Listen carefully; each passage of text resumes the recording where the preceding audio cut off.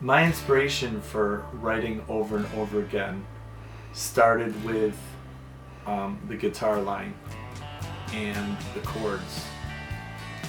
And I was singing blah blah blah for a while, and all I could think of is kind of like a desert, and walking through the desert, and how hard it would be walking through the desert trying to get to a destination.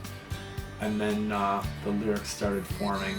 You know, it seemed like the world at that time, we were going through the COVID days, and it just seemed like everything we built, kind of the legs got kicked out from underneath us, and we had to rebuild again.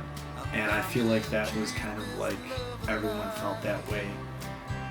And you know, there was certain things in my life that had happened where it kind of spun out of control.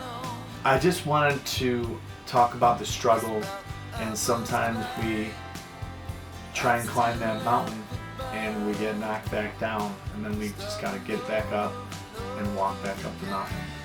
And when I first came up with the lyric over and over again, I thought, man, this is way too cliche, but I think it really works for the rest of the song and the vibe we were going for. It took me forever to find the right tones that I wanted. It started with the acoustic guitars, and what I did with the acoustics that I've never done before is I actually used my Taylor's 814, and we recorded that in front of a Neumann microphone. And then on the other side, I used my J45, doing the same exact line in unison, and we panned that to the other side. So one was left, one was right.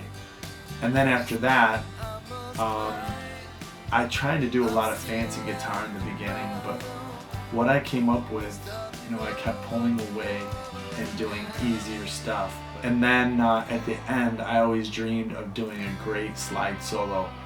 And during that slide solo, I tried every amp I had. I probably tried 6 or 7 amps.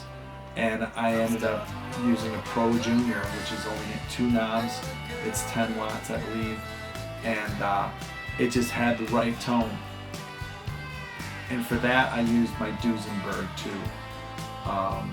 And I used the tremolo on there. Tremolo on my pedal board and tremolo on my guitar. When we produced this song, we wanted to go with a very raw approach to it.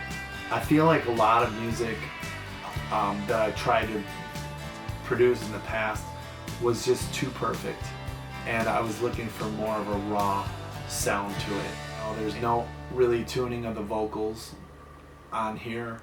I think it has more of a live sound to it.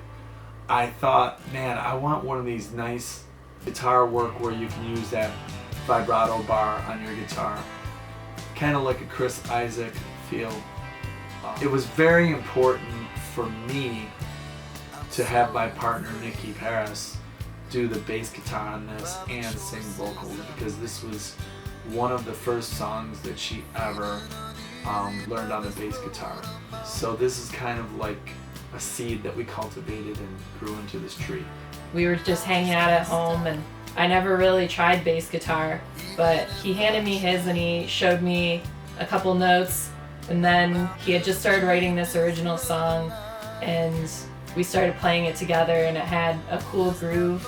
It wasn't too hard for me, just knowing like 4 notes, and that was kind of what made me fall in love with playing the bass, and then just how we could play together and complement each other well with just guitar and bass. This was the first time I actually recorded bass guitar on any song, and also the backing vocals were done by me, which was a huge goal for me to be able to sing some of these backing vocals. So on the recording of Over and Over Again, I used my Reverend Sentinel bass, which is my pink bass that some people might recognize, and it has a really distinctive sound to it, kind of a growl, even though it's a short scale.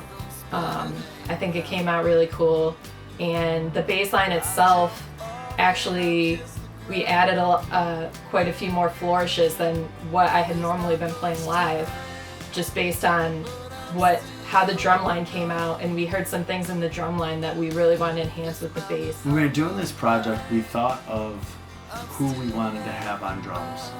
And I knew of this guy named Emmett Ientilucci, and he did an amazing job on this. I can't wait for you to hear his playing. And it was so awesome because it felt like he read my mind with everything he did. And he just gave it that nice Americana vibe to it. We had Jesse Bertholf do the mixing and mastering for us. And I believe he nailed it, just what we wanted. We were looking for a live kind of sound with this one, and I think we got that.